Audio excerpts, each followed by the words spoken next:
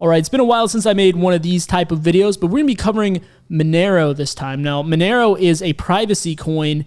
It's a cryptocurrency, if you're not aware. And I know a lot of people on this channel are pretty security-minded, pretty, they're more likely to be into privacy, data privacy, and things like that. So if you do fall in that category, then this is definitely one to at least have on your radar. None of this stuff is financial advice. I'm not saying go out and buy it. I'm just saying this is a technology that has some pretty cool use cases. We're going to dive into it. I don't think it's going to go away anytime soon.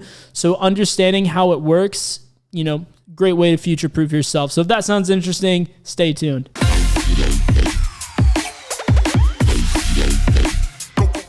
All right, guys, what is up? We'll get right into it. We're going to be talking about Monero, right? We're going to be talking about a number of privacy coins on this channel, but we're first going to start with the sort of king of privacy coins, an OG. It's been around for a while, Monero. You might have heard, if you follow security news, you might have heard a lot of attackers using Monero and ransomware and things like that to get their payments. And the reason for that, this is not a malicious coin. This is not a black hat coin, if you will. It is just a very secure and very privacy-oriented, very anonymous coin, okay? I mentioned this in a previous video, but just to give you a quick recap, what a lot of people don't understand when it comes to Bitcoin is, they get that it's decentralized, but with that, a lot of people assume that it's anonymous. Bitcoin is by no means anonymous. Bitcoin operates on what is known as a public ledger. And that means essentially that every single block, which is every single transaction of Bitcoin and any Bitcoin transaction at all of it is publicly viewable, stored on the public blockchain, right? Anyone can look at my address or your address or your mom's address or whoever, and they can see how much was sent, how much was spent, from what address to what address, right? They can track all of your transactions. There is no privacy to be had there when it comes to Bitcoin. So that is the idea behind Monero, is they aim to have the decentralized part that Bitcoin has, but also to have the privacy part. With Monero, you can't see how much is being transacted. Not only that, you also cannot determine who is sending the Monero, and you can't see who they're sending it to either. All of this stuff is encrypted. It's masked with the protocols. So I'm going to explain kind of how it does that. There's a number of other coins that we'll cover in future videos, like Zcash and stuff like that, but we're going to focus on Monero in this video. And one cool thing about this, it's not just the privacy part, right? There's other benefits to Monero as well. But before I really dive into that, I want to state that with cryptocurrency, I think a lot of people that are very beginner in this space, they seem to think that it's like these coins are somehow competing with Bitcoin. Let's be real here.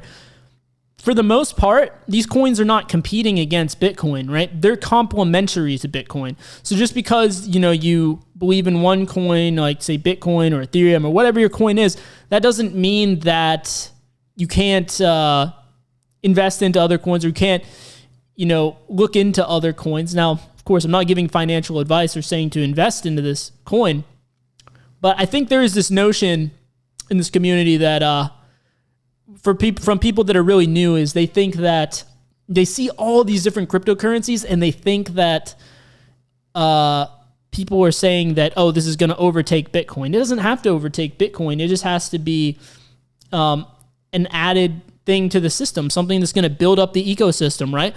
Like I often make the analogy between cryptocurrency, like the blockchain and all that. I make the analogy with that to like the internet, right? You have all these different protocols. You have FTP, you have HTTP, you have SMB. All of these things are complementary and part of the greater ecosystem, right? In the same way, you have all these coins with different use cases, and together they make up the crypto ecosystem. So think of it that way. But let's just get right into it. Sorry, a bit of an aside, but I really had to address that one. But one of the great benefits beyond just the privacy part to this coin is that it is what you would call fungible, okay? Now, right now the big craze is NFTs. Everyone's hearing about NFTs. That stands for non-fungible tokens. So this is the opposite of that. So for the most part, people would consider a $20 bill to be a fungible asset, right? For example, my $20 bill is worth the same as your $20 bill, right? And is worth the same as any other $20 bill, right? They're all worth the same. That is basically what fungible means. Non-fungible means the opposite, right? It's like I have the new iPhone and you have the old iPhone. My iPhone's worth more than yours because mine was a limited edition or something like that, right? It's a non-fungible asset, right? You buy a car and as soon as you drive it off the lot, it is that same car isn't worth as much. Two people might have the same car, but one is valued at this price, the other one's appraised at another. Yeah, see, that's like a non-fungible type of situation. When we talk about fungibility, we talk about things that are across, it doesn't matter, as long as it's the same asset, it's worth the same amount, right? $20 bills, So similarly, one Monero is worth one Monero, right? With Bitcoin, one of the use cases for Monero is with Bitcoin, that might not be the case, right? And the example that they give is that, the Monero guys, they give is that because it's a public ledger and you can track where every single transaction has, you like for the Bitcoin that you own, you can track where that Bitcoin has went. You can see every address it's been in. So if some Bitcoin was used for, in the black market, like say, to extort a company after a ransomware attack, well, that Bitcoin is kind of forever tainted, right? You'll always be able to see that if you go back on its history.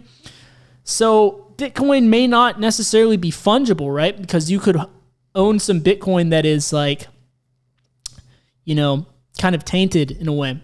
But with Monero, it's fully fungible because you won't be able to see, the address of the holder and the sender. And so in that way, it can maintain its value and fungibility. But another important property of Monero is that it's Asic resistant. So if you try to buy a graphics card in the last few years, you might have noticed the issue of they're crazy expensive, right? And that's because so many miners are buying cards, right? So they can mine Bitcoin or Ethereum or whatever they want to mine, right? And that costs a lot of computing power, a lot of GPU power especially, and that's why they're buying up the graphics cards, and that's why the price of the graphics cards is so darn expensive.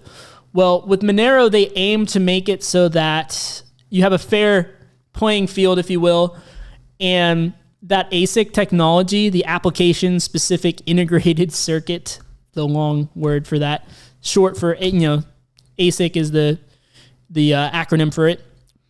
Basically, the technology that allows you to more efficiently mine this stuff, it's resistant to that. So everyone will be able to mine it approximately the same, regardless of, whether they have a special mining rig or not. So that's what it means. Because if you look at the Bitcoin space now, especially, the people that are actually making money off the rigs, they have huge plants of miners, and all of those machines that are mining the Bitcoin, like the only purpose of that device is to mine. It is perfectly optimized with an ASIC, right? It's an ASIC miner. Like that's its only purpose, is to mine Bitcoin in the most efficient way possible. Basically, in the code of Monero, when they were creating this, they made it such that if you use that special technology, it doesn't really give you any kind of benefit or any advantage over the common man. So that is a pretty cool property of Monero, in my opinion. But now let's just get into the meat and potatoes of like how does Monero do what it does? How is it secure? How is it anonymous? Well, you have multiple keys, and this is the part that can get kind of tricky. I'm not going to bog you guys down too much in the cryptographic side of it. Definitely you can check out Block Geeks, like I showed you in the previous video, to learn more about this, or even the Monero YouTube channel, website. All great resources. But just know that with Monero, with Bitcoin, you have a private key and a public key, right? Pretty standard. Any of you guys in security know this concept, understand this concept. But with Monero, you actually have two private keys and two public keys. So you have a private and public view key, and also a private and public spend key. So it's pretty complex how it works under the hood. But yeah, you're dealing with twice as many keys as you would normally expect. But basically what is pretty interesting about it is it's able to maintain the anonymity of the sender and the receiver and the transaction. So all of those things you wouldn't even be able to see by looking at Monero's blockchain, right? And so the way it goes about encrypting each of these things is different. When it comes to the sender, it uses something called ring signatures, all right? And giving you the very layman's example or explanation of a ring signature, imagine you sign a document, right? And that's your signature. And people that know your handwriting, they could verify, like, okay, you signed this document. Now imagine you grab, 4 or 5 people off the street and somehow you merge your signature with 4 or 5 other people to create an entirely different signature made up of the handwriting of all 4 or 5 of you. Well, now the person off the street's not going to be able to identify, okay, which of these 5 people actually signed this document, And so that's essentially what ring signatures are doing. Your signature is mixed into a ring of, multiple other signatures, and that creates a unique signature, and you can't track that back to any one person. You can have maybe the vaguest idea, but you don't know who it is, right? And so that way you can have anonymity over, not knowing who the sender is, right? And now for the receiver to protect his identity, that is where stealth addresses come into play. And there's a lot of pretty advanced cryptography going on there. Check out Block Geeks if you want to learn the fine details there. But stealth addresses is the way that it handles that. And then for the transaction, here's where things have actually changed within Monero as it has grown and evolved as a project, right? They use something called ring confidential transactions, or you'll often see it abbreviated as ring CT.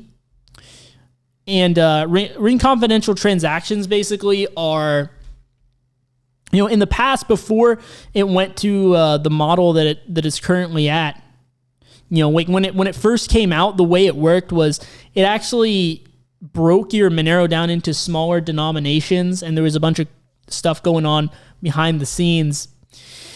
But now it doesn't need to do that. It's a lot more efficient, and this is another one of these things. Monero is a coin where if you're a technical person, you really want to dive into, you like cryptography, like you can really spend a lot of time in the weeds here and picking this stuff apart.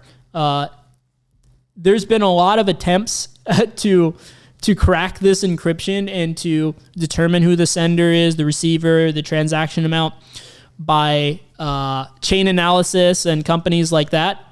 And to this point, no one has been able to break it. No one's been able to crack it. The NSA and all those people, they hate it, right? Because this is something that is very secure. As of this time, there are no known ways to break it, right? And not every privacy coin can say that. There's a few of them out there on the market that claim to be anonymous and stuff, and come to find out it's not as anonymous as you thought it was. But no, Monero has been a mainstay here for a long time. And then as far as storing it, you have different wallet options. You got My Monero. You got a number of wallets that you can store your Monero on, that you can get on your computer, or even some mobile options as well. So if you're in question of, okay, if I got this, where would I store it?